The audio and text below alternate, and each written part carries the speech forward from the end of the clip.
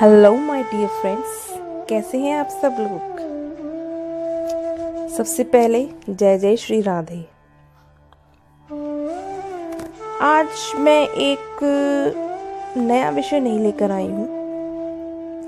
आज हम अपनी राधा रानी के बारे में ही बात करेंगे, जिस बारे में हमने पिछले एपिसोड में बात की थी।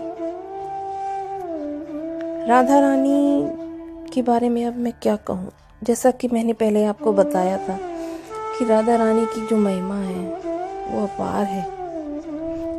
कितनी करुणामयी है, कितनी दयामयी है, कितना प्रेम है उन्हें अपने भक्तों से। जो एक बार उनके पास चला जाए, जो उनसे प्रेम करने लगता है या जो उनके चरणों को एक बार पकड़ ले, वो उसे अपने चरणों से कभी दूर नहीं होने देती हैं। अपने भक्तों को अपने हृदय में बसा कर रखती हैं। इतनी करुणामयी है। और इसी विषय में मैं आपको कुछ बताना चाहती हूँ। एक ऐसा प्रश्न जो कि श्री कृष्ण ने राधा रानी से एक बार पूछा था और उसका कितना सुंदर उत्तर राधा रानी ने श्री कृष्ण को दिया था, ये मैं आपको बताना चाहती हूँ। एक बार क्या हुआ कि श्री कृष्ण और राधा रानी रास करने के बाद निधिवन में रास करते हैं, आप सभी लोग जानते होंगे। निधिवन से वापस आ रहे थे। रास भूमि है निधिवन।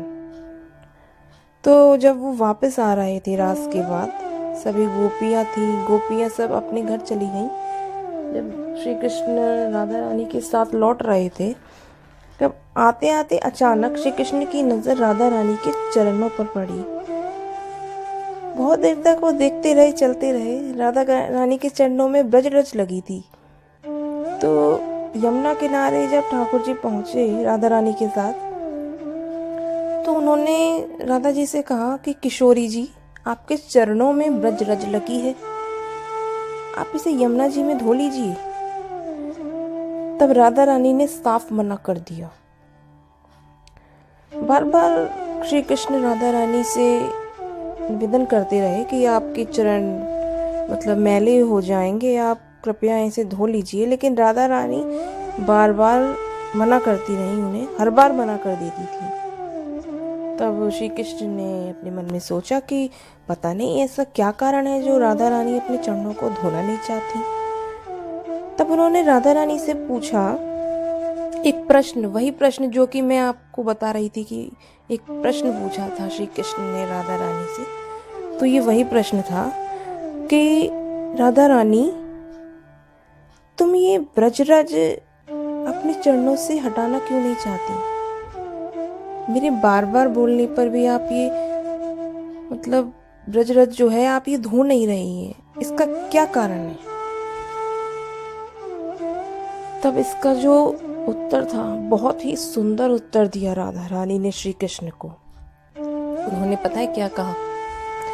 उन्होंने कहा कि जो एक बार, सिर्फ एक बार मेरे चरणों से लग जाए, एक बार सिर्फ मेरे चरणों से लग जाए, मैं उसे कभी दूर नहीं करती।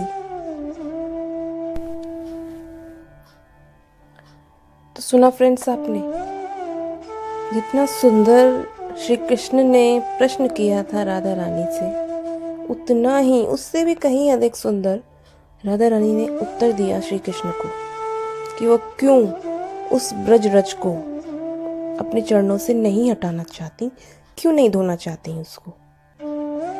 तो बस फ्रेंड्स, यही कोशिश कीजिए आप भी और हम भी कि हम जितना उनके चरणों के करीब पहुंच सकें, उतना हम प्रयास करें, उतना हम कोशिश करें, ताकि वो हमें अपने चरणों से लगा कर रखें, अपने हृदय में बसा कर रखें। वो बड़ी दयालु है। हम एक बार कोशिश करेंगे ना, वो आपने सुना होगा ना कि प्रभु की तरफ एक कदम आप बढ़ाइए, वो 100 कदम आपकी तरफ बढ़ाते हैं। तो बस हमारे एक कदम बढ़ाने की देरी है। हम एक कदम तो बढ़ाएं। हमेशा भगवान को ये इंतजार रहता है कि ये मेरा भक्त मेरी तरफ एक कदम बढ़ाए तो मैं 100 कदम की तेजी से उसकी तरफ जाऊं। ये कोई छोटी मोटी बातें नहीं है, ये सब ग्रंथों की बातें हैं, ये शास्त्रों की बातें हैं। और ये सब सच है, इनमें झूठ कुछ नहीं है। और धीरे धीरे जब हम उनके नज़दीक पहुंचते जाते हैं तो ये सब हमें महसूस होने लगता है, इन सब बातों का हमें एहसास होने लगता है कि हाँ, भगवान हमें महसूस कर रहे हैं, हम भगवान को महसूस कर रहे हैं, हम दोनों एक दूसरे के कितने नज़दीक आ चुके हैं। तो बस यही है कि हम उनके चरण पकड़ लें जिसमें सबका कल्याण है, और यही परम लक्ष्य है हमारे इस मानव जीवन का। ये जीवन मिला ही इसीलिए है फ्रेंड्स कि हम भगवान का भजन करें। पिछले जन्म में पता नहीं हम क्या थे, किस योनि में थे, शायद हमारे किसी अच्छे कर्म की वजह से हमें ये मनुष्य जीवन दिया है प्रभु ने कि आप थोड़ा और भजन कीजिए तो मैं आपको मुक्त कर दूंगा इस आवागमन से, इस जीवन से, और मैं वो जो आत्मा है वो परमात्मा में लीन हो जाएगी। सिर्फ किसी पुण्य के प्रताप से ही हमें ये मनुष्य जीवन मिलता है कि हम और भगवान के करीब अपने आप को ले जा सकें। ज़्यादा से ज़्यादा जितना हो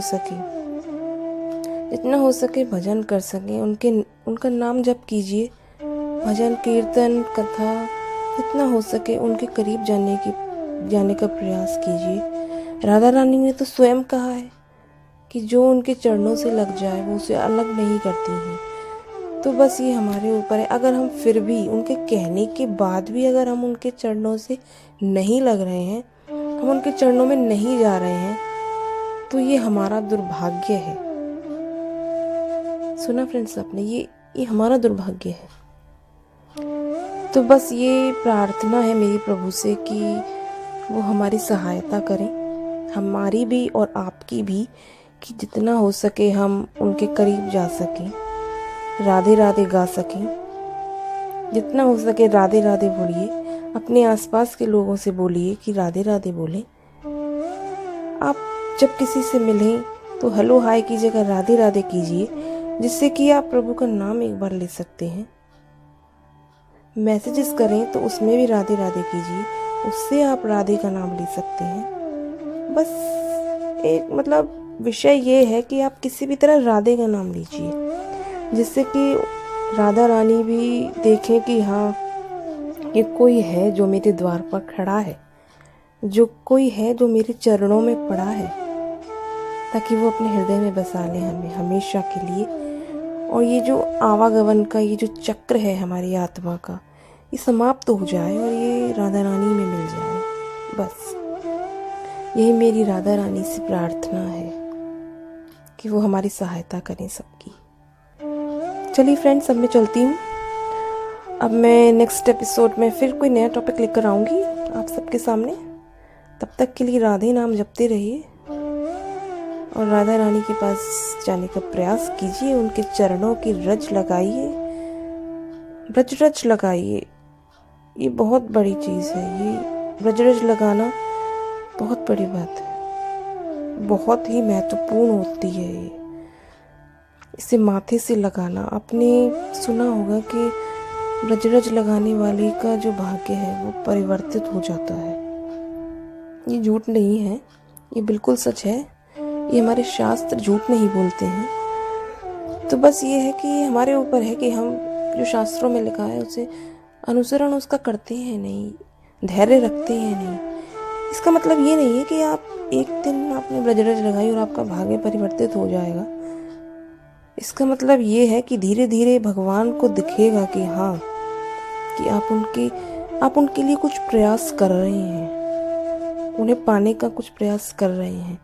तो धीरे धीरे वो आपको अपने करीब लाते जाएंगी, आप उन्हें महसूस करने लगेंगी, आपके प्रश्नों के उत्तर आपको आपके अंदर से ही मिलने लगेंगे।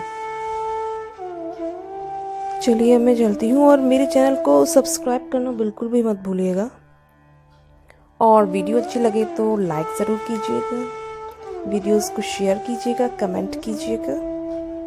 धन्यवाद। राधे राधे।